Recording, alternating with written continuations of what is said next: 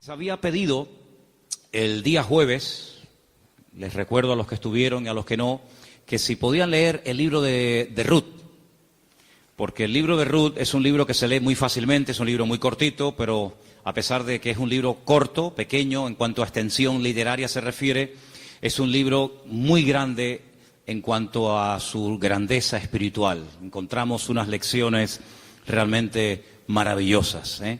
Así que en esta tarde vamos a disfrutar de la exposición de la palabra a través del libro de Ruth y vamos a orar en este momentito para pedir la bendición del Señor. Queremos, como siempre, dar la bienvenida a todos, especialmente a los que probablemente esta tarde estén por primera vez. Yo veo caras nuevas en esta tarde, espero que estén a gusto, que estén cómodos y que podamos disfrutar todos de la palabra del Señor en este momento. Padre Celestial, te damos muchas gracias por este tiempo hermoso de alabanza, de adoración que hemos tenido. Gracias, Padre, por este lugar que tú nos has provisto para alabar y adorar tu nombre. Queremos pedirte en esta tarde que bendigas, Señor, este estudio de tu palabra, que seamos buena tierra donde pueda ser sembrada tu bendita y poderosa palabra. Quita todo obstáculo, todo impedimento, abre nuestra mente, nuestro corazón, nuestro oído espiritual, para que podamos aprender y descubrir las maravillas de tu palabra, Señor. Ponemos delante de ti, pedimos tu bendición, que todo cuanto aquí se haga y se diga sea para tu gloria y tu honra.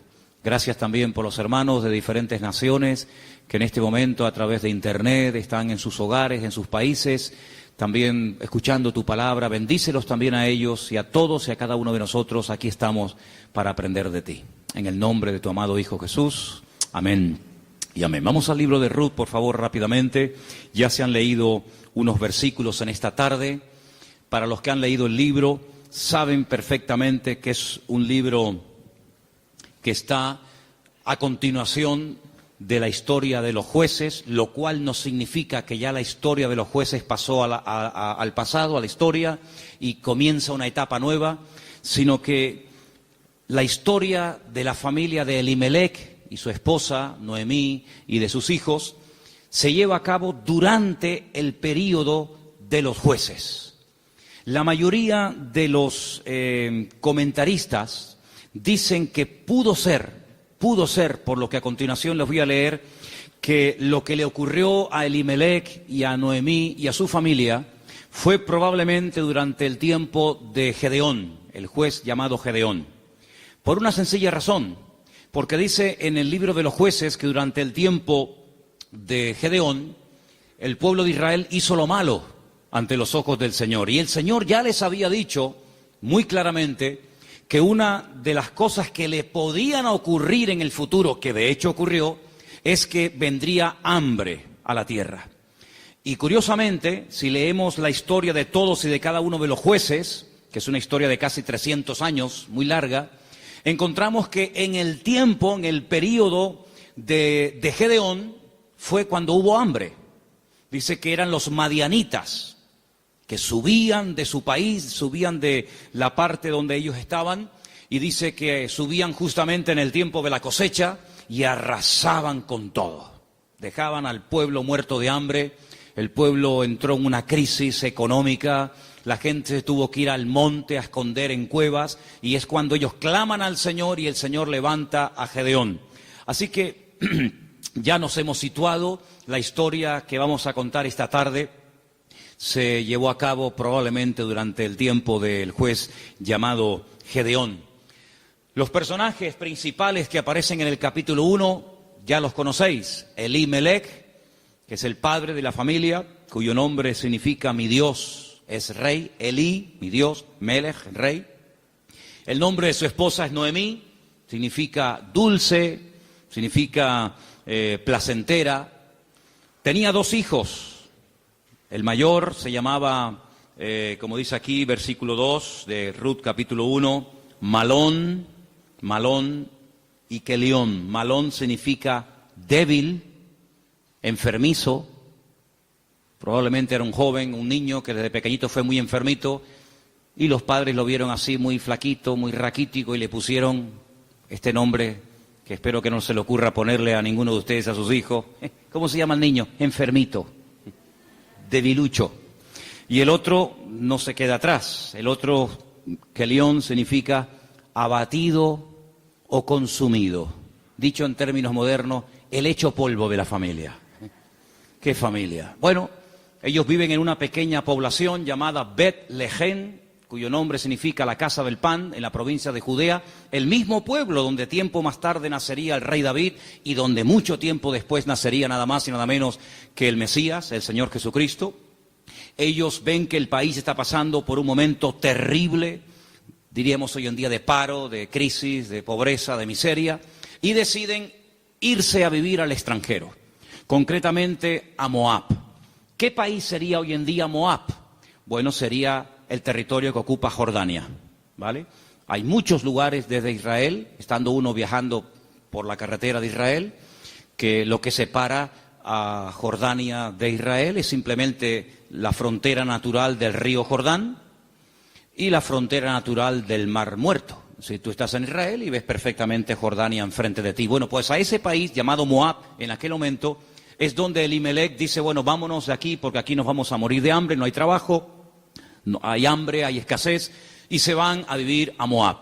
Los moabitas, como ustedes saben, es para situarnos un poquito, los moabitas eran descendientes de una de las hijas de Lot. Ustedes se acuerdan que cuando Sodoma y Gomorra fue destruida, las hijas de Lot pensaban que el único hombre que quedó vivo de toda la tierra era su padre. Y entonces ellas deciden emborrachar a su padre, mantienen relaciones con él, y de esa manera pues la raza humana no se extinguiría. Y entonces una queda embarazada, la mayor, su hijo lo llama Moab, de ahí vienen todos los moabitas, todos los que son hoy en día de Jordania, y también los amonitas, la otra hija. Eran idólatras, el dios principal que se adoraba en Moab era Quemos, una idolatría terrible, y a ese lugar, simplemente porque hay trabajo, y simplemente porque hay comida, sin importarle el ambiente espiritual donde va a meter a su familia, allí se va Elimelech, el aventurero, y claro, con el paso del tiempo, lo que pareció o empezó muy bonito, termina en una auténtica tragedia. La Biblia nos enseña que el padre muere, Elimelech muere, no sabemos de qué, Noemí quedó viuda, pero tenía 2 hijos. Y los hijos eran los responsables de cuidar de sus padres cuando estos eran mayores o quedaban viudos. Pero con tan mala suerte, dirían algunos, que sus 2 hijos, da a entender el texto que murieron los 2 en el mismo tiempo, el mayor y el menor. Los judíos entienden que esto fue una especie de castigo o de consecuencia de haber depositado su confianza en los campos de Moab en vez de en el Dios vivo. Y es que yo creo que problemas vamos a tener siempre durante toda la vida. Ahí no está la cuestión. La pregunta es, ¿cómo vamos a reaccionar los creyentes cuando tengamos problemas? Porque como reacciona la gente del mundo, ya lo sabemos. Pero ¿cómo debe de reaccionar un hijo, una hija de Dios, una familia cristiana, creyente en el Señor, cuando vienen tiempos difíciles? De paro, de enfermedad, de muerte, de separaciones de los padres o problemas económicos. ¿Cómo vamos a reaccionar ante la adversidad? Bueno, no se le ocurrió otra cosa a Elimelech que decir, vámonos de aquí y nos vamos a Moab y empezamos de cero. Bueno, esos eran sus planes, pero dice la Biblia que a veces nuestros pensamientos no son los pensamientos de Dios. Y allí, de la noche a la mañana, hermanos, aquello que empezó tan bonito, terminó siendo una auténtica tragedia. 3 viudas. Orfa, la que se casó con uno de los hijos de Elimelech y Noemí. Ruth, la otra que se casó con otro hijo. Y también Noemí. 3 mujeres solas ante el peligro. En aquella época no había pagas, ni había ayudas del gobierno, ni del Estado para mujeres viudas. Ya el Señor en su palabra, como vamos a ver en esta tarde, había organizado un sistema para ayudar a los más necesitados, a los colectivos más desfavorecidos, como eran las viudas, los huérfanos, también, como no, los extranjeros. Vamos a verlo dentro de un momento. Pero Noemí decide regresar. Ahora, si ustedes han leído detenidamente el libro, se van a dar cuenta que lo más probable es que las propiedades, sobre todo las tierras, que eran en su día de Elimelec, él las tuvo que vender o hipotecar para poder marcharse con su familia al extranjero. Eso es algo que ha hecho muchísima gente que han venido de otras naciones. Tal vez en esta tarde hay alguien aquí entre nosotros que dice, pues eso es lo que yo he tenido que hacer. He tenido que hipotecar mi casa o pedir un préstamo a un banco o vender un terreno que yo tenía en Bolivia, en Argentina, en Ecuador, en Brasil o donde fuera para poder venir a España, a Europa y empezar una vida nueva. Evidentemente eso lo tuvieron que hacer ellas, porque después vamos a ver que efectivamente eso fue lo que pasó. Así que ya no tienen propiedades, ya no tiene marido, ya no tiene hijos y ahora no solamente está viuda, sino que ahora ya tiene unos cuantos años encima. Y el presente y el futuro es realmente terrible, terrible. Las dos nueras le dicen, no te preocupes, nosotras vamos a ir contigo, te vamos a apoyar, te vamos a sustentar. Pero hay un momento en el que Noemí se vuelve y les dice las siguientes palabras. Estamos en Ruth capítulo 1. Noemí le dice en el versículo 8 a sus dos nueras, andad, volveos cada uno a la casa de su madre. Que el Señor haga con vosotros misericordia, como la habéis hecho con los muertos, sí, con vuestros maridos y conmigo. Que el Señor os conceda hallar descanso, cada uno en la casa de su marido. Luego las besó y ellas alzaron la voz y lloraron. Realmente la tristeza, el desánimo, la depresión, la angustia, el miedo, se había apoderado de estas tres pobres mujeres. Y ellas le dijeron, versículo 10, ciertamente nosotras, fijaros tan plural, nosotras iremos contigo a tu pueblo. Verso 11, Noemí les respondió y les dijo, volveos, hijas mías, ¿para qué habéis de ir conmigo? ¿Tengo yo más hijos en el vientre que puedan ser vuestros maridos? Volveos, hijas mías, e idos, porque yo ya soy vieja para tener marido. Y aunque dijese, esperanza tengo, y esta noche estuviese con marido, y aún diese a luz hijos, ¿habíais vosotras de esperarlos hasta que fuesen grandes? ¿Habéis de quedaros sin casar por amor a ellos? No, hijas mías, que mayor amargura tengo yo que vosotras, pues la mano del Señor ha salido contra mí. Ellas alzaron su voz otra vez, lloraron, y Orfa besó a su suegra, mas Ruth se quedó con ellas. Ay, amigo, ya se produce una ruptura. Ya no son las tres las que están como una piña. Al fin y al cabo las tres tienen un denominador común. Son viudas, tan solas en la vida. Sino que ahora dice la Biblia que una de ellas, Orfa, cuyo nombre significa terca o testaruda, toma una decisión. Y entonces la decisión que toma es volver a la casa de su familia. Noemí le dijo, he aquí tu cuñada se ha vuelto a tu pueblo y a sus dioses, vuélvete tú tras ella. A mí me llama la atención que la Biblia destaca no solamente el hecho de que ella vuelve a su familia, lo cual en cierto sentido es lógico, ¿verdad? Y normal, sino que añade algo que es muy significativo. Dice, ella se ha vuelto a su casa, a la familia de sus padres y a sus dioses. Yo dije al principio en la introducción que en Moab no se adoraba al Dios de Abraham, de Isaac y de Jacob. No era al Dios vivo al que se adoraba. Eran idólatras. Adoraban como Dios principal a Quemos, seguramente a otros más, a Baal, a Astarot, y sabe Dios a quién más.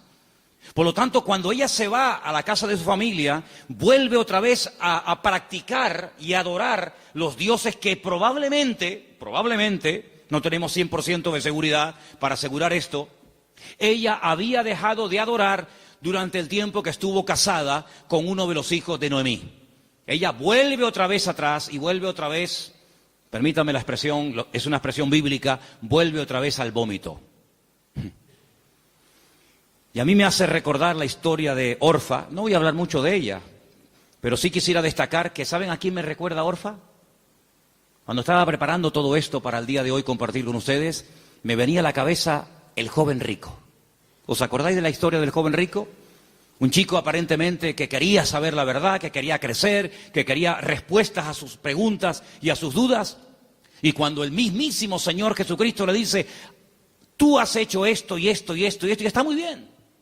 Pero yo observo, yo noto que a ti te hace falta una cosa en la vida. Y te voy a decir qué es lo que a ti te hace falta. Y se lo dice, y dice que se puso muy triste, y dio media vuelta, y se marchó, y ahí acaba la historia del joven rico. A pesar de que el Señor le dijo algo tremendo, ven conmigo. Pero él no estuvo dispuesto a pagar el precio. Viendo Noemí que una de sus nueras se ha vuelto atrás, a sus dioses, a su antigua vida, le dice a la otra que le queda, a Ruth, versículo 15, he aquí tu cuñada se ha vuelto a su pueblo y a sus dioses, vuelve tú tras ella. Y ahora viene una de las declaraciones más hermosas de toda la Biblia. Versículos que mucha gente sabe de memoria, porque son una declaración muy profunda de lo convencida que estaba, de lo dispuesta que estaba Ruth de no dar marcha atrás. Los leo, versículos 16 y 17. Ruth le dice, no me ruegues que te deje y me aparte de ti, porque a donde quiera que tú fueres, iré yo. Donde quiera que vivieres, viviré. Tu pueblo será mi pueblo, y tu Dios será mi Dios. Donde tú murieres, moriré yo, y allí seré sepultada. Así me haga el Señor y aún me añada, que solo la muerte hará separación entre nosotras dos. ¿Cuántos dicen amén? Y allí se van estas dos mujeres. Claro, lógicamente Noemí es mucho más mayor que Ruth, pero allí emprende una aventura rumbo a lo desconocido. Se va Ruth a un país que no conoce, solamente de oídas, donde las costumbres, la religión, por decirlo de alguna manera, las leyes son completamente diferentes a la cultura, al país en el cual ella ha vivido durante toda su vida. Pero allí se va dispuesta a adorar al Dios de Noemí.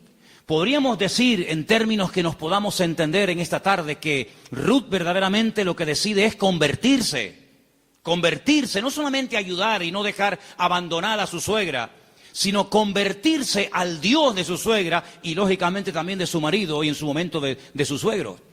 Tu pueblo será mi pueblo, tu Dios será mi Dios. El Dios monoteísta, el Dios que no acepta que se adore a otros dioses aparte de Él, sino que, como dice en su palabra, al Señor tu Dios adorarás y a Él solo servirás. ¿Cuántos dicen amén? Allí se va Ruth rumbo a lo desconocido. Y saben, hermanos, hay un capítulo en la Biblia, que es el famoso capítulo de la mujer virtuosa de Proverbios, que si no me equivoco creo que es el capítulo 31, el último capítulo del libro de Proverbios, que se llama La mujer virtuosa, Eshet Hayil. Y Ruth es la única mujer en todo el Antiguo Testamento que recibe el título de Eshet Hayil, que significa mujer virtuosa. Es decir, que cuando leas el capítulo 31 de Proverbios y que te habla de la mujer virtuosa, tú dices, bueno, ¿y quién es una mujer virtuosa? ¿A quién puedo ver como punto de referencia en la historia de la Biblia para saber a lo que se refiere el Señor? Ahí la encuentras en el libro de Ruth. Una mujer sacrificada, trabajadora, fiel, que es capaz de renunciar a todo a cambio de nada, aparentemente. Una mujer que incluso está dispuesta a morir en tierra ajena. Y fíjate que me llamó la atención que José, que estaba muriendo fuera de su tierra, estaba muriendo en Egipto, antes de morir dice que él dio orden de que, como él sabía y anticipa proféticamente la liberación de la esclavitud de Egipto, él da orden para que sus huesos se los lleven con ellos cuando salgan milagrosamente de Egipto. Y dice la Biblia que lo hicieron así, y durante 40 años, hermanos, los israelitas estuvieron dando vueltas y vueltas en el desierto, cargando los huesos de José hasta que llegan a Canaán y logran darle una digna sepultura. Sin embargo, Ruth no dice, cuando yo muera, por favor, lleven mi cuerpo, lleven mis huesos a Moab, sino que ella dice, donde a ti te entierren, que me entierren a mí ahí también al lado tuyo. Sí, una mujer decidida, una mujer comprometida, en otras palabras, una mujer con las ideas claras. ¿Cuántos dicen amén?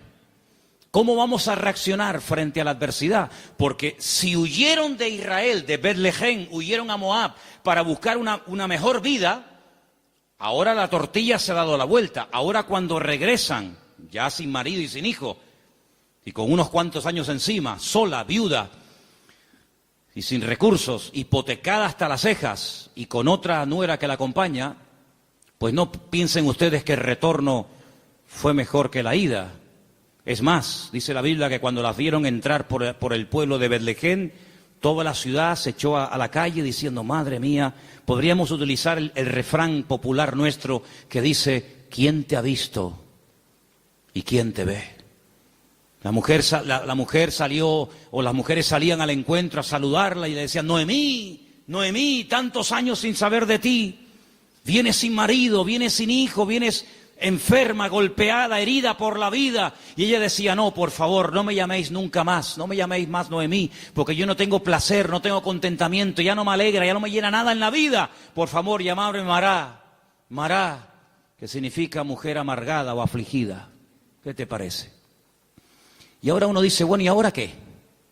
¿Ahora qué? ¿A qué se van a dedicar estas mujeres? Ahora sí quiero que vayamos al libro de Levítico, donde hay unos versículos que pocas veces se leen,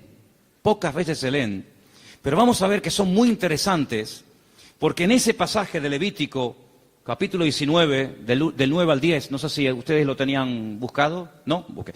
Capítulo 19 de Levítico, vamos a leer una ley que solamente existía en el pueblo de Israel en aquel tiempo, y es una ley tan extraordinaria, tan increíble, que fue lo que ayudó en cierto sentido a restaurar la vida de Ruth y de Noemí en aquel nuevo país para ella.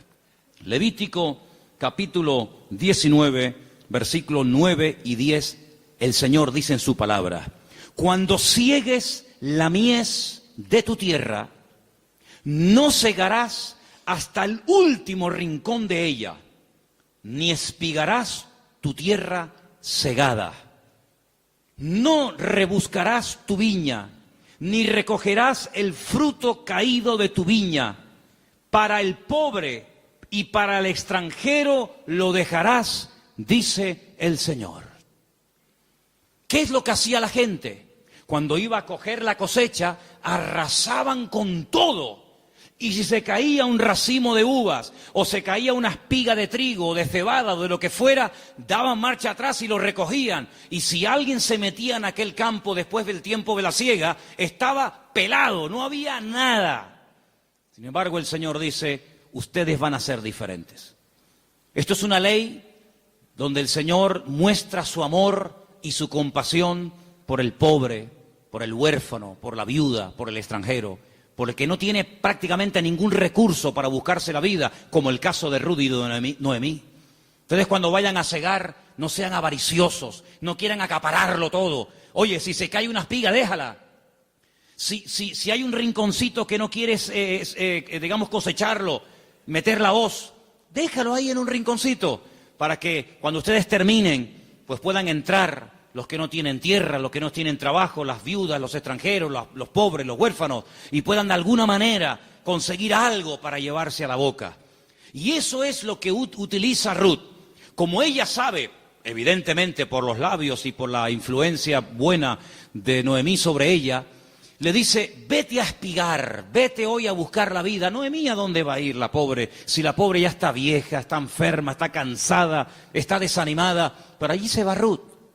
Y si ustedes han leído el libro, dice que se va antes de la salida del sol y cuando llega la noche aún está espigando en el campo. Es increíble. Ella podía haber recogido menos, pero ella está recogiendo para ella y también para su suegra Noemí. Y hay un momento en el que la invitan a comer. El dueño del terreno, un tal Booz, del cual hablaremos ahora, dice, ¿esta mujer quién es? Dice, esta es la nuera de Noemí, lleva todo el día trabajando. Dice, denle de beber agua. Y cuando llega la hora del almuerzo, cuando llega la hora de la comida, la Biblia dice que la invitan a comer. Y ella dice que comió hasta saciarse, pero hay un momento en el que le sobra comida, y en vez de tirarla a la basura, como la mayoría de la gente hace cuando le sobra comida, dice que ella la guarda. Y cuando llega a la noche a la casa de Noemí, dice que le enseña un efa. Un efa son 35 kilos. en este caso de cebada, y dice, mira, esto es lo que yo hoy he espigado, después lo he tenido que desgranar para hacer la harina, y no solamente eso, sino que te traigo la comida que me sobró al mediodía, te la traigo para que tú comas. Cuando le pregunta a la suegra, ¿en qué campo tú has estado hoy trabajando? ¿Dónde has trabajado? Y le dice, he trabajado en el campo de un tal Booz, y me ha tratado muy bien. Le ha dado orden a sus criados, a los jornaleros, de que no se metan conmigo, de que no se rían de mí, de que me traten bien, de que no me hagan pasar vergüenza. Y le dice Noemí, pues si en ese lugar te ha ido bien, sigue ahí. Eso me llamó mucho la atención. Dice, no cambies de campo. Si en un sitio te ha ido bien, ¿para qué ir a otro sitio?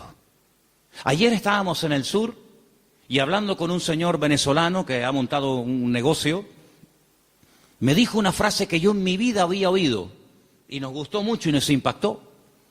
Y dijo, nunca vuelvas al lugar donde un día fuiste feliz. Porque si vuelves a un lugar hace años donde fuiste feliz, nunca más volverás a experimentar la felicidad que añoras. Oye, me impactó aquello. Y me vino a la cabeza el texto que dice, nunca digas que los tiempos pasados fueron mejor que el tiempo presente. Dice, porque no hablarás con sabiduría. Pero Noemí se da cuenta de que hay un hombre que se llama Booz, y resulta que se da cuenta la viuda Noemí de que ese tal Booz, cuyo nombre significa mi fortaleza, resulta que es Goel. Ahora hablaremos de esta palabra, que es una palabra de vital importancia en la Biblia. Aprendan de esa palabra. Viene del verbo Gaal. El verbo Gaal en hebreo significa libertar. Goel es la palabra que se traduce al castellano por la palabra redentor. Ahora vamos a ver lo importante que era la figura del Goel, porque en cierto sentido vamos a ver que Booz es un tipo de Cristo. Fíjense qué importancia tiene esto. Resulta que había una ley, que vamos a leerla, hemos leído la ley de la siembra, de dejar trozos para los pobres, para las viudas, pero en Deuteronomio capítulo 25 hay una ley muy interesante que yo no sé, si la tuviéramos que poner en práctica nosotros hoy en día, si estaríamos dispuestos a cumplir con esto. Yo no sé, pero es muy interesante, no sé si alguna vez la has escuchado. Dice así, Deuteronomio capítulo 25, del versículo 5 en adelante. Dice así la palabra, escucha. Cuando hermanos, varones, habitaren juntos y muriere uno de ellos, como el caso de Malón y Kelión, que eran hermanos que vivían juntos, si muere uno de ellos y no tuviere hijos, la mujer del muerto no se casará con hombre extraño. Su cuñado se llegará a ella y la tomará por mujer y hará con ella parentesco. Y el primogénito que ella diere a luz sucederá en el nombre de su hermano muerto, para que el nombre de éste no sea borrado de Israel. ¿Entendéis, no? Si el hombre no quisiere tomar a su cuñada, irá entonces su cuñada a la puerta, a los ancianos, y dirá, mi cuñado no quiere suscitar nombre en Israel a su hermano, y no quiere emparentar conmigo. Entonces los ancianos de aquella ciudad lo harán venir, hablarán con él, y si él se levantare y dijere, no quiero tomarla, se acercará entonces su cuñada delante de los ancianos, le quitará el calzado del pie, le escupirá en el rostro y le hablará y le dirá, así será hecho al varón que no quiere edificar casa a su hermano. Y se le dará este nombre en Israel, la casa del descalzado. Qué ley tan extraña, ¿no?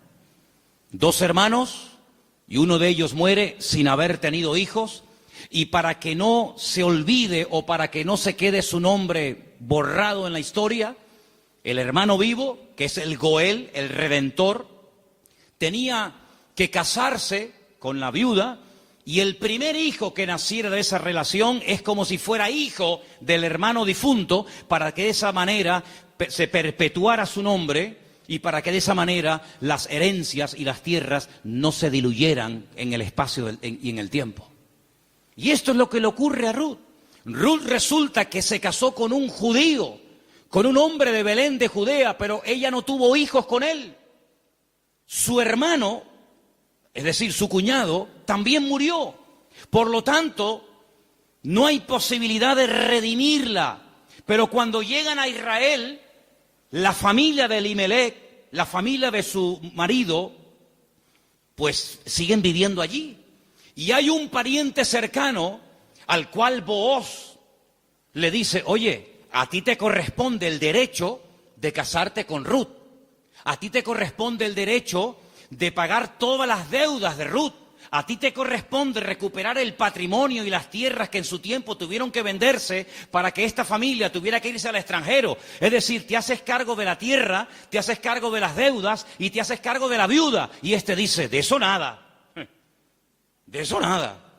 Pagar yo deudas que no son mías y casarme yo con una mujer que a mí ni me va ni me viene.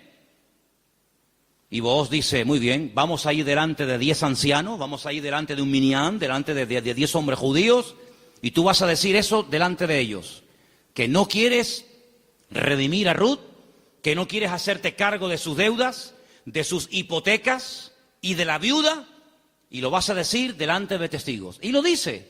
Y entonces es cuando entra en escena Booz y le dice a Ruth: hija, tú no te preocupes. Ahora, la diferencia de edad de Ruth y de Booz tenía que ser inmensa. Algunos comentaristas dicen que ese pariente que rehusó casarse con Ruth probablemente era un hermano de su suegro, de Elimelech. Y algunos comentaristas también he oído que opinan que Booz puede ser que también estuviera emparentado con su suegro, de tal manera que ya era un señor mayor, una persona ya de cierta edad, había una diferencia de edad tremenda. Pero él asume la responsabilidad, no solamente de casarse con la viuda, sino de pagar la hipoteca y las deudas que la familia dejó y que hay que volver a recuperar las tierras. Lógicamente todo eso costaba dinero. Solamente había 2 posibilidades de que en Israel una persona que se desprendiera de patrimonio pudiera volver a recuperarlo. Solamente había 2 formas. Una, que llegara el año de jubileo. ¿El año de jubileo qué era? Era una celebración, una fiesta que se llevaba a cabo cada 50 años. A los 50 años las deudas quedaban anuladas. De ahí viene una parte del famoso Padre Nuestro. Padre Nuestro, perdona nuestras deudas como nosotros también perdonamos a nuestros deudores. Está inspirado un poco en el año de jubileo. Los que eran esclavos, se les daba la libertad. Si alguno no quisiera, había todo un proceso para poder volver a retenerlo. Y si alguien había tenido que vender por cuestiones económicas, por necesidad, una propiedad, un terreno, cuando llegaba el año de jubileo, repito, cada 50 años, bueno, todo volvía otra vez a sus dueños originales. ¿Para qué esta ley? Para recordarle al pueblo de Israel que la usura, el querer cada vez tener más y más y más y más y más, a cambio de las desgracias ajenas, eso no se podía dar en el pueblo de Israel. Cada 50 años se empezaba de cero. Nadie le debe nada a nadie. Los ricos no iban a ser cada vez más ricos y los pobres cada vez iban a ser más pobres. De esa manera era una ley justa, una ley donde se le daba oportunidad al que se había endeudado y jamás iba a poder pagar las deudas. Fíjate qué terrible la ley de los desahucios en España.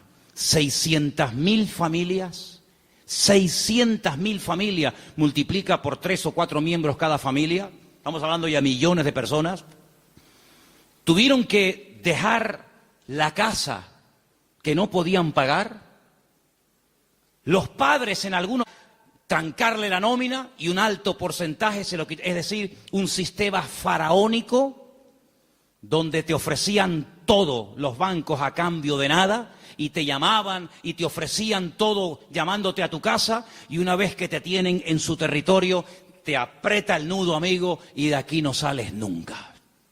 El sistema del faraón en los tiempos modernos. En vez de faraón, llámalo como quieras. Sin embargo, Dios en su palabra jamás iba a permitir que su pueblo cada vez fuera de mal en peor, endeudándose de tal manera que al final era imposible hacer frente a semejantes deudas. Y una cosa también muy importante, aunque no es el tema a tratar, entre hermanos no se podían dar préstamos con intereses.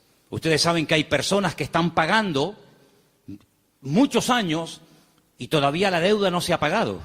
Lo que están pagando es simplemente parte de los intereses, porque son tan elevados que por una regla de 3, cuanto más pagas, más debes. ¿Cómo se come eso, hermano? Así que la única forma de recuperar una tierra que se había vendido era llegar al año de jubileo. Pero ¿quién le aseguraba al que había vendido una propiedad, ponte que tuviera 40 o 50 años, que iba a durar otros 50 años para recuperar la tierra? Era prácticamente imposible, impensable, pero luego había otra forma. Era otra forma, pero claro, ahí había que tener mucho amor y mucha compasión. Y era decir, no es mi deuda, entre comillas, no es mi problema, pero yo voy a redimirte, yo voy a ser tu Goel, yo voy a asumir cuánto debes. Pues mira, tuve que vender la casa, tuve que hipotecarla, tuve que vender el terreno, tuve que hipotecar los animales. En algunos casos tuve que vender a mis hijos como esclavos a trabajar a jornal durante un tiempo. Yo me hago cargo de todas tus deudas. Y encima me caso contigo, levantamos descendencia y empezamos una vida nueva. ¿Cuántos dicen amén? Bueno, hermano, eso fue lo que hizo el Señor Jesucristo por todos y cada uno de nosotros, ¿sí o no? Cuando vinimos al Señor, la inmensa mayoría de los que estamos aquí y muchos de nosotros, ¿cómo vinimos al Señor? ¿En nuestro mejor momento? Yo pienso que la mayoría de los que nos hemos convertido al Señor, cuando vinimos a los pies de Cristo, vinimos en nuestro peor momento. Algunos desanimados, otros enfermos, otros enganchados, otros esclavos de no sé qué y de no sé cuánto. Pero el Señor Jesucristo dijo, a ver, ustedes tienen una deuda tremenda. Y una deuda no con un banco, no con una financiera. Ustedes tienen una deuda conmigo. Y es una deuda que no se puede pagar con trabajo, ni con dinero, ni con lágrimas, ni con sudor. Es una deuda que solamente se puede pagar con sangre. Pero no cualquier sangre, sino con la sangre preciosa de Jesucristo. Y vuestra miseria, vuestra hipoteca, vuestra crisis material y espiritual, yo me hago cargo de ella. Y yo os compro a precio de sangre. Y por eso podemos leer en Primera de Pedro unos versículos tremendos, donde basados en la ley del Goel, el que redimía al que estaba destruido, Pedro dice, tenéis que saber, hermanos queridos, Primera de Pedro 1:18, que habéis sido rescatados. Eso fue lo que hizo Booz por Ruth, rescatarla, redimirla. Vosotros fuisteis rescatados de vuestra vana manera de vivir, la cual recibisteis de vuestros padres. No con cosas corruptibles como oro o con plata, sino con la sangre preciosa de Cristo, como de un cordero sin mancha y sin contaminación, ya destinado desde antes de la fundación del mundo. Cristo, antes de que existiera Adán y Eva, antes de que existiera el jardín del Edén, Él sabía que un día iba a venir a este mundo a morir en la cruz por los pecadores. Desde antes de que el mundo existiera, ya Él sabía que su destino iba a ser ese. Desde antes de la fundación del mundo, pero manifestado en los postreros tiempos por amor de vosotros. Y mediante Él, ¿cuál creéis en Dios? Quien le resucitó de los muertos y le ha dado gloria, para que vuestra fe y esperanza sean en Dios. ¿Cuántos dicen amén? Este Booz es un hombre tremendo. Es un hombre que dice, bueno, yo soy rico, tengo tierras, tengo de todo. ¿Qué necesidad tengo yo de meterme ahora, permítame, en estos líos? Asumir deudas que yo no contraje.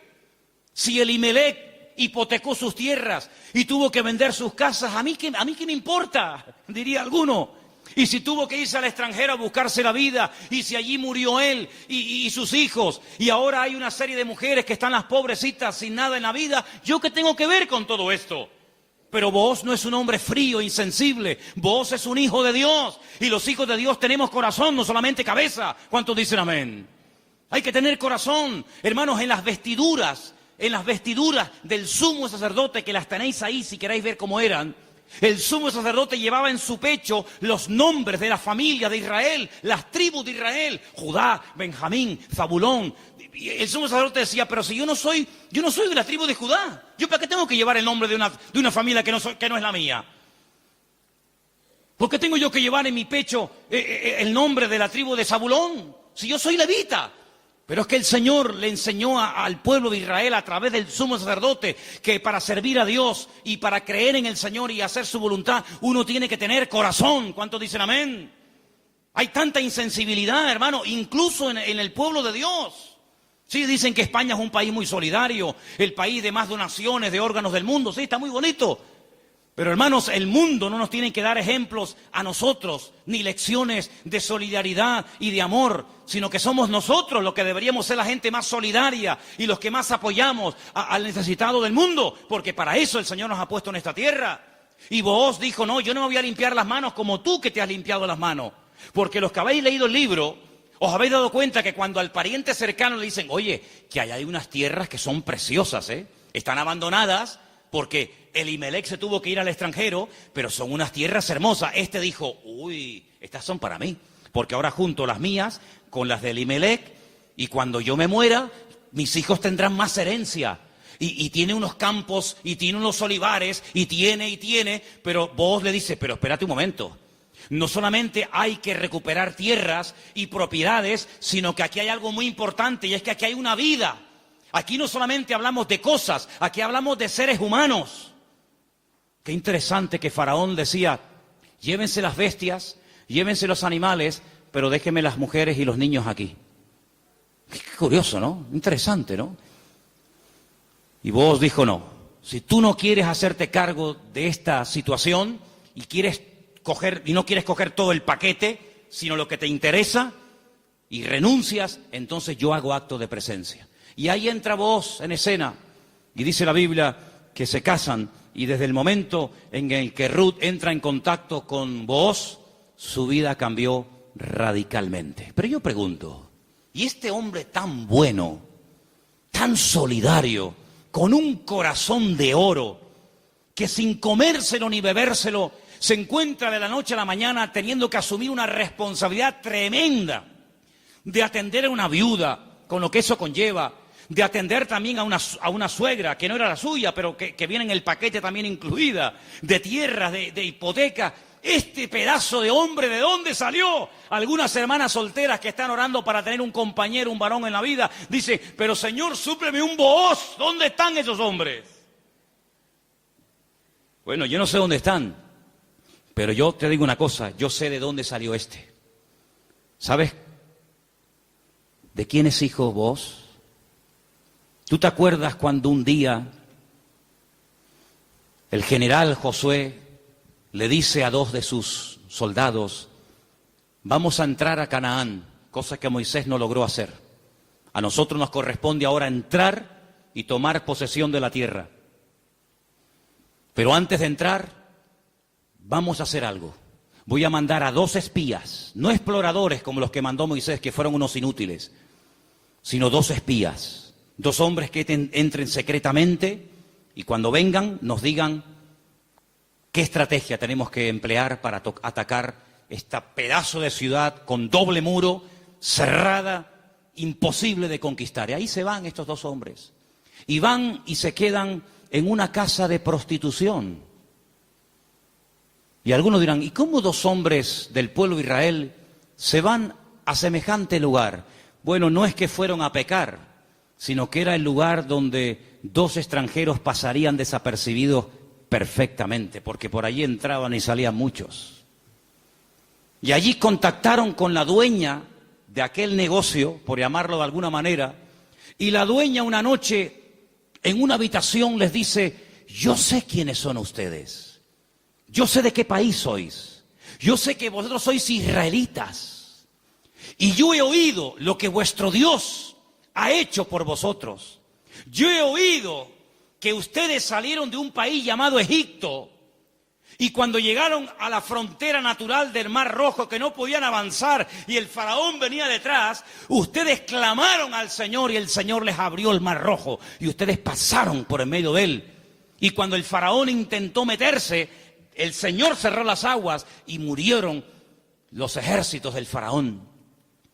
Y ustedes entraron por el desierto y hemos oído lo que el Señor ha hecho por vosotros. Y por eso la ciudad está muerta de miedo y ha desfallecido nuestro corazón. Yo suplico, yo ruego por amor de vuestro Dios, que cuando entréis y toméis posesión de la tierra, porque sabemos, y dice así, sabemos que Jericó va a ser tomada y conquistada por vosotros, que tengáis misericordia de mí y de mi familia.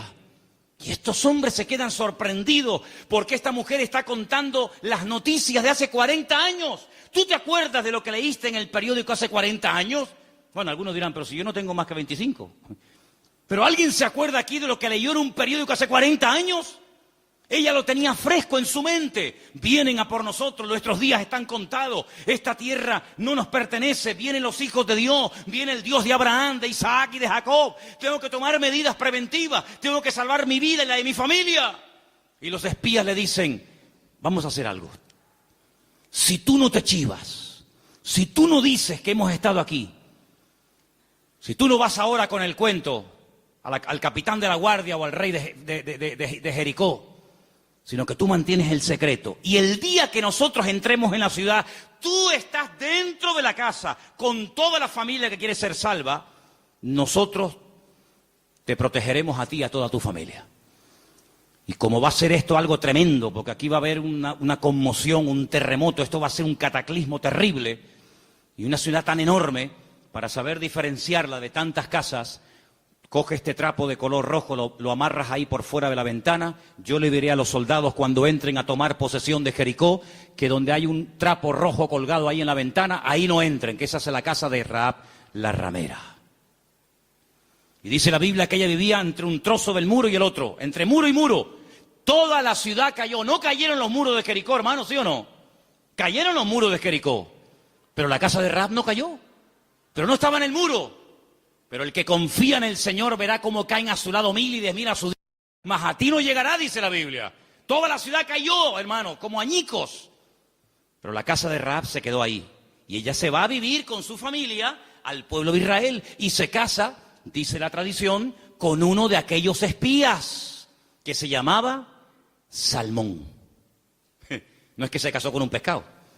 Se casó con un señor que se llamaba Salmón. Y queda embarazada. Y cuando da luz, nace nada más y nada menos que un hijo que le pusieron Booz. Ay, amigo, así que Booz era el hijo de Rahab, la de Jericó. Sí, amigo. ¿Qué te parece? ¿Cómo una persona puede cambiar la vida cuando pone su mirada y su confianza en las manos del Señor? De ser una mujer como era en Jericó, a lo que llegó a ser cuando lees el árbol genealógico, los antepasados de Cristo, en Mateo capítulo 1, te encuentras que en el árbol genealógico de nuestro Señor Jesucristo aparece nada más y nada menos que Rahab, aquella mujer salvada milagrosamente de la destrucción de la ciudad de Jericó. Es que en el libro de Ruth hay algo que predomina, hay un hilo conductor que lo encuentras por todas partes, y es que nuestro Dios es un Dios que es un especialista en restaurar vidas destrozadas. ¿Cuántos dicen amén? No solamente es un Dios que echa fuera demonios y un Señor que levanta al caído y un Dios que sana a los enfermos y que salva a los pecadores, sino que es un Dios que le encanta restaurar vidas destrozadas, y cuanto más difícil, mejor lo hace. ¿Cuántos dicen amén? Dile al que está a tu lado, nuestro Dios es un Dios que restaura las vidas. ¡Aleluya! Nuestro Dios restaura las vidas. ¡Aleluya!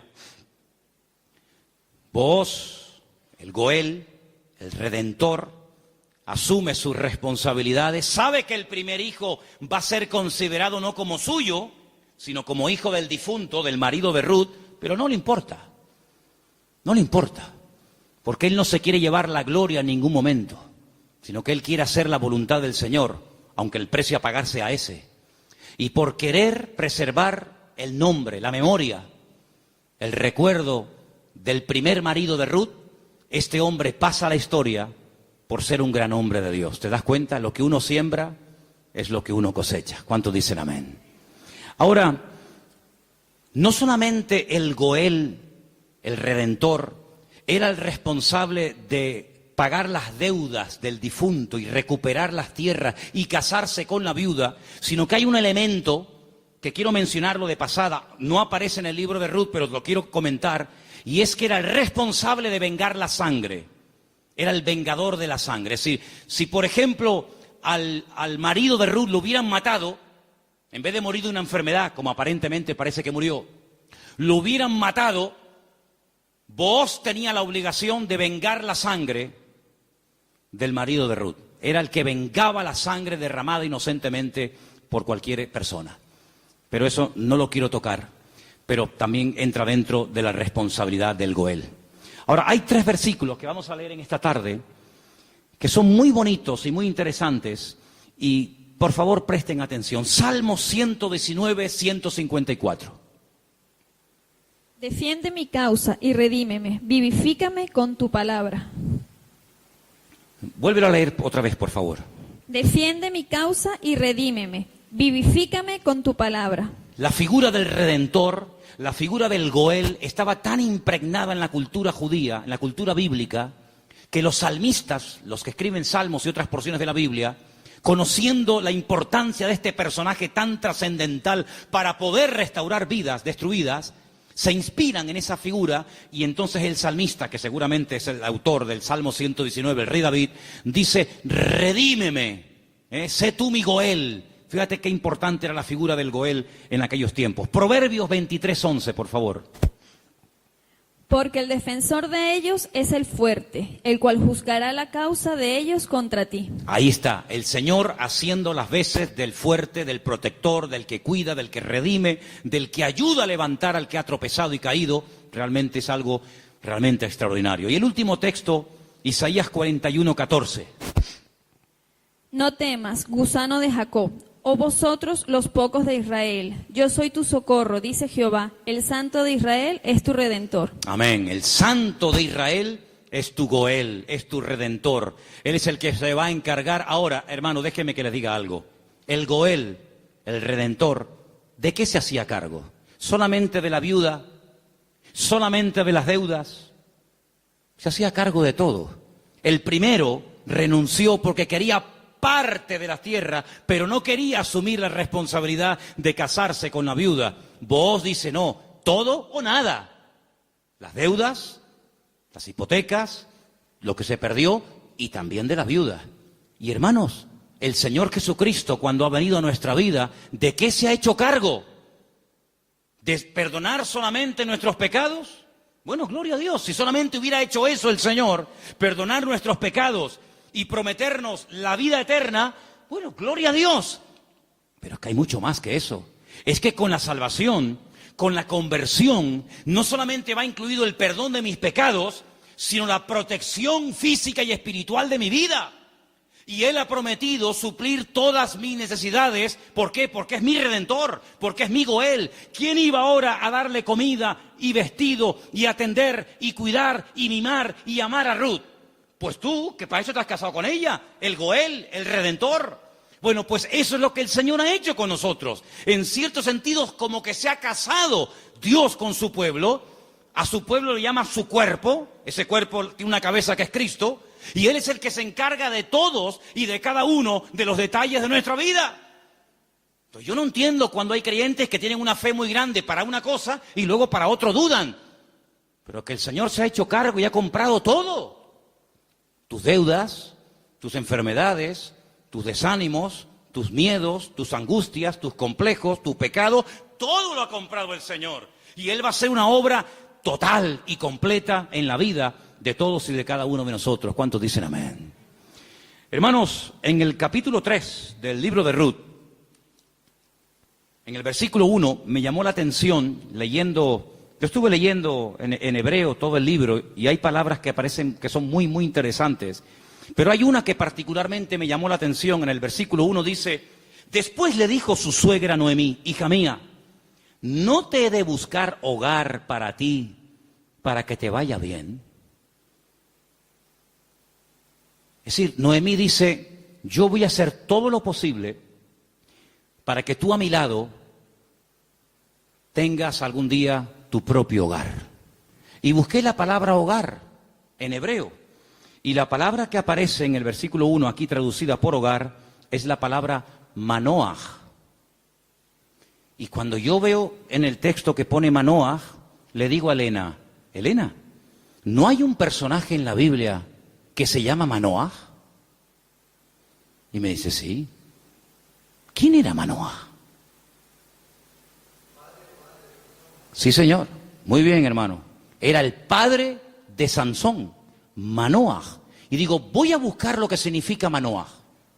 Y resulta de que me encuentro que la palabra hogar, Manoaj, se puede traducir por descanso, tranquilidad, reposo, quietud y otros tantos sinónimos. Y me pongo a buscar versículos en la Biblia, solamente vamos a leer 2. Me pongo a buscar versículos en la Biblia donde aparece la palabra Manoaj y me quedé sorprendido, porque una de las primeras veces que aparece la palabra Manoaj, traducida aquí en el texto castellano-español por la palabra hogar, es en Génesis 8:9, y os vais a quedar sorprendidos, porque tiene que ver con un pájaro, tiene que ver con un animal. ¿Lo tenéis? Génesis capítulo 8, versículo 9, y dice así. ¿Lo tienen, chicas? ¿Sí? Vamos.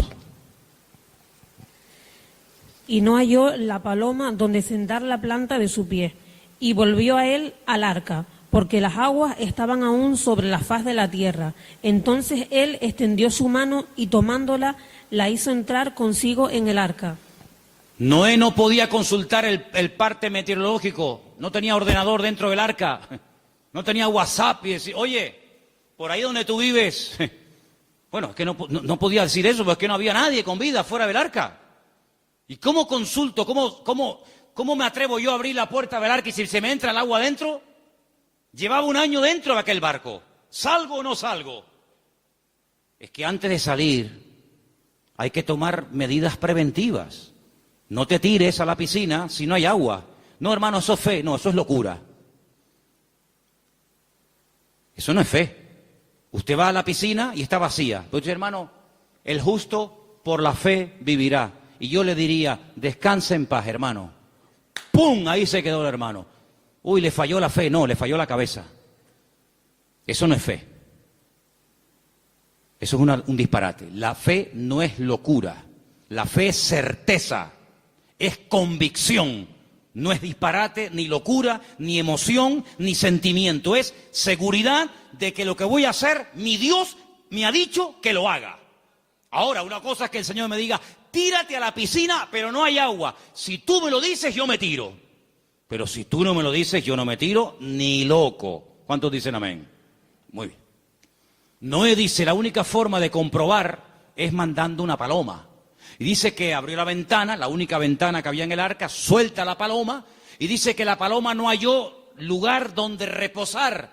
Claro, estaba todo anegado en agua, todavía no había bajado el nivel de las aguas, y ahí aparece la palabra Manoaj. No había reposo, no había un lugar donde poder decir: bueno, aquí me quedo, y aquí crío mis polluelos, y aquí me hago mi palomar, y no sé qué, no sé cuánto. No había. ¿Por qué? Porque las circunstancias todavía no estaban preparadas para salir del arca. Y otro versículo muy conocido, que ustedes se lo saben de memoria, donde aparece la palabra Manoaj, es en el Salmo 23, versículo 2. Veamos, si queréis, el 1 y el 2. Salmo 23, 1 y 2. Que se lo saben de memoria, ¿sí o no? Que dice... ¿Vamos? Dale. Jehová es mi pastor, nada me faltará. En lugares de delicados pastos me hará descansar. Junto a aguas de reposo me pastoreará. Junto a aguas de reposo. Allí donde hay calma, donde hay quietud, allí me pastoreará el Señor. Una de las características del Señor es que lo que hace el Señor trae al corazón reposo, tranquilidad, paz. ¿Cuántos dicen amén? Donde hay paz, está el Señor. Donde no hay paz, dudo mucho de que el Señor esté. El apóstol Pablo le decía a los corintios, lo que yo les he enseñado es para poner orden en la iglesia, porque esto me lo dijo el Señor que compartiera.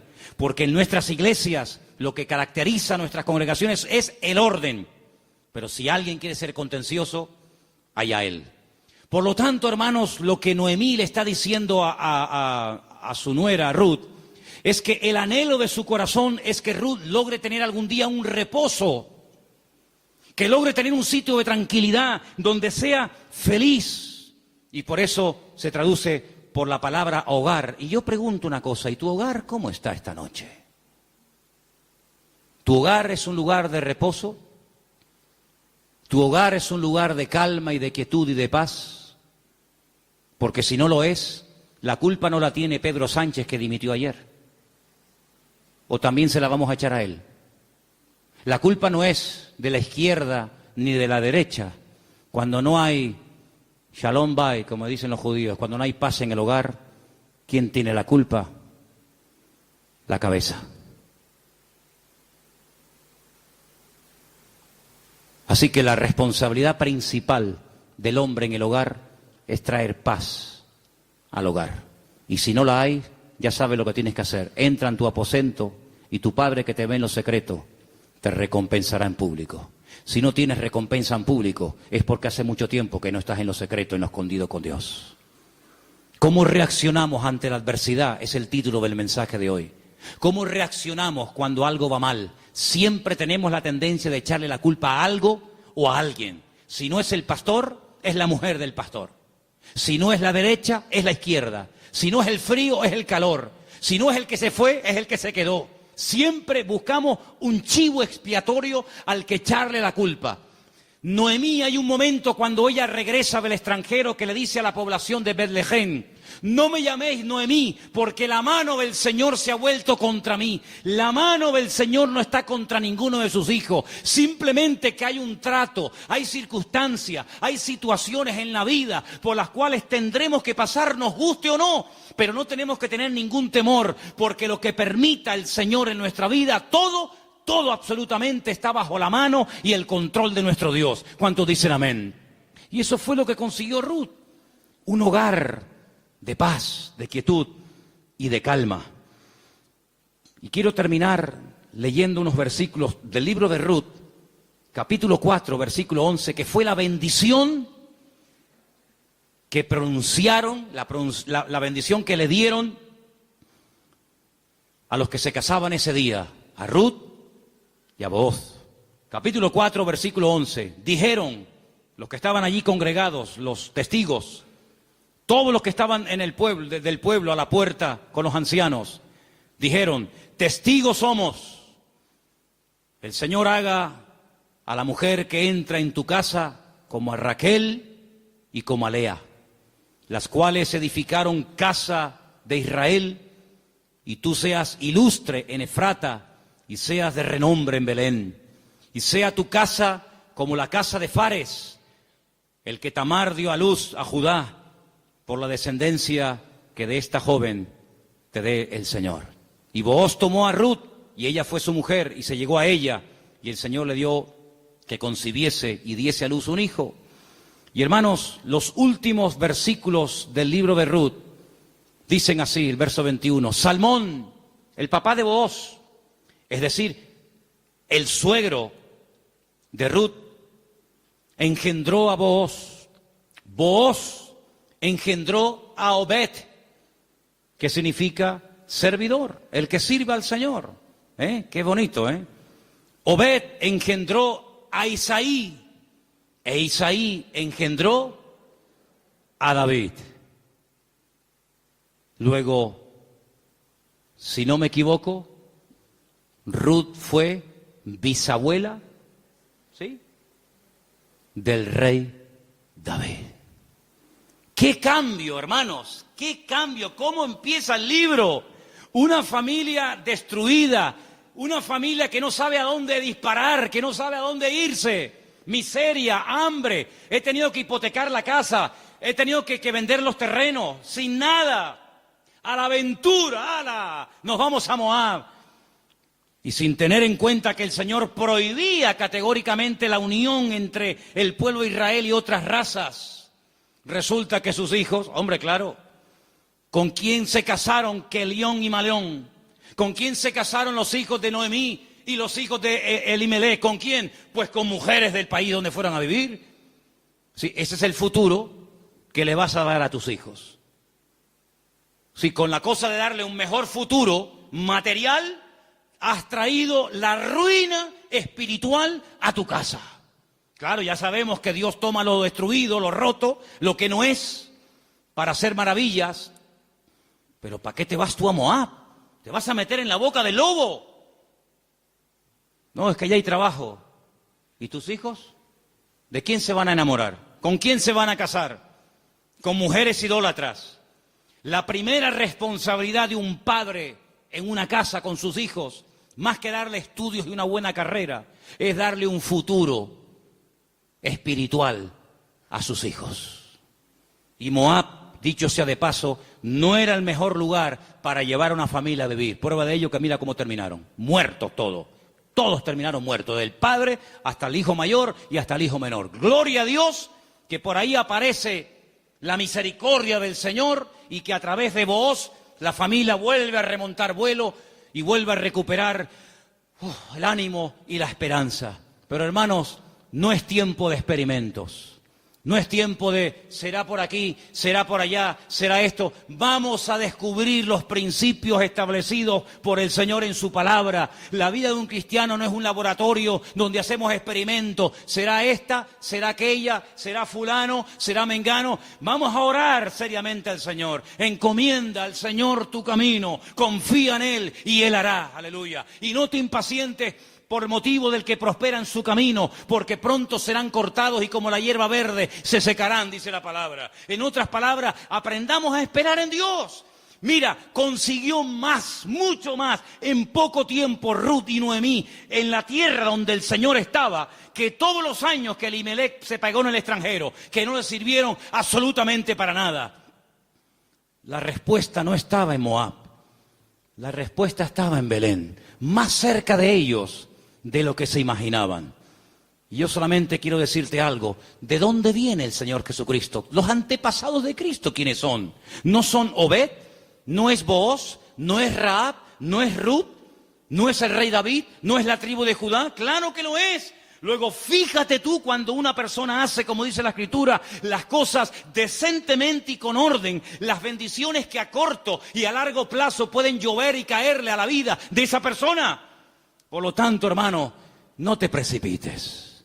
Espera en el Señor, porque el libro de Ruth es muy pequeñito, 4 capítulos, pero es tan grande en lecciones. Y sobre todo, júntate con el que te puede edificar. Pégate como una lapa. Ustedes saben lo que es una lapa, ¿verdad?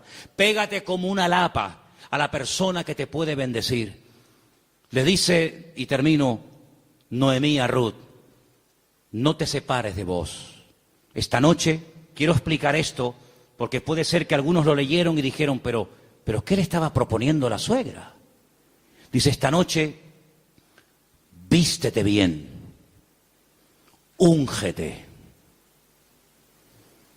ponte tus mejores vestidos, lávate, averigua dónde está durmiendo Booz, en la era, tú vete a la era.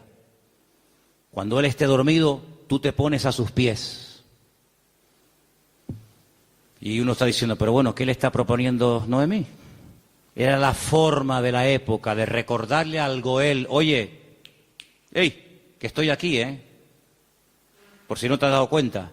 Dice que ella se acurruca a los pies de Booz y a medianoche, cuando seguramente Booz toca el cuerpo de Ruth, se asusta y dice, pero ¿tú quién eres? No le pudo encender la luz, era todo oscuro y dice, yo soy Ruth la Moabita. Te recuerdo que tú eres el Goel, extiéndeme tu manto. Y entonces ahí es donde él se da cuenta de que en la vida no solamente es tener tierras y criados, sino que hay una responsabilidad muy cerca de ti, la cual tienes que asumir. Y entonces, hermanos, cuando Noemí se entera de todo esto, le dice, tú confía porque este hombre no dejará pasar mucho tiempo hasta que arregle este asunto. ¿No lo habéis leído en el libro esta semana? Tú ahora confía, tú ya has hecho tu parte. Claro, tú no puedes ir sucia a la presencia de Booz. Cuando tú vas a presentarte ante la presencia del Señor, tienes que lavarte. Lo que hacía el sumo sacerdote, lavarse afuera en el lavacro, las manos, los pies, el cuerpo, para luego entrar a la presencia del Señor. Tú haces exactamente lo mismo que hacía el sacerdote, pero tú lávate. ¿Por qué? Porque si tú vas oliendo mal y quieres conquistar y quieres llamar la atención a Booz, sí, se la vas a llamar, pero se la vas a llamar mal. Vas a decir, oye Ruth, ¿no te podrías lavar un poquito, por favor? Vístete bien, arréglate. Haz tu parte y tú tranquila, tú ya has hecho lo tuyo. Yo te aseguro de que este hombre no dejará pasar mucho tiempo hasta que este tema sea solucionado. Hermanos, si esa era la confianza que tenía Noemí en Booz, al ser un hombre de Dios, que al percatarse, al estar informado de una situación que solamente él podía solucionar, ¿cuánto más nuestro Padre Celestial nos dará las cosas que nosotros pedimos y pedimos con fe si sabemos esperar en Él? No dejará pasar mucho tiempo el Señor hasta decir, yo asumo mis responsabilidades y mi responsabilidad es ser tu pastor, proveer tus necesidades, cuidarte y protegerte todos los días de tu vida. Si Booz se encargó de Ruth, ¿cómo no se va a encargar nuestro Goel, nuestro Redentor, nuestro Rey de Reyes y Señor de Señores, de tus hijos, de tu esposa, de tu trabajo, de tu salud, de tu familia, cuando Él es el Señor Todopoderoso que todo lo sabe, todo lo conoce y ni siquiera hemos abierto la boca y ya el Señor sabe lo que mi vida necesita? Por lo tanto, ese fuerte aplauso a nuestro Goel, a nuestro Redentor, a Él la gloria. Él cuida de mi vida, aleluya. Fuerte ese aplauso al Señor. Él cuida de nuestra vida, hermanos. Amén. Amén. Amén. Amén. Amén. Amén. Aleluya. Cierra tus ojos, hermano. La paloma volvió por la tarde, después de dar vueltas y vueltas y vueltas y no encontrar un lugar donde poder posarse y descansar.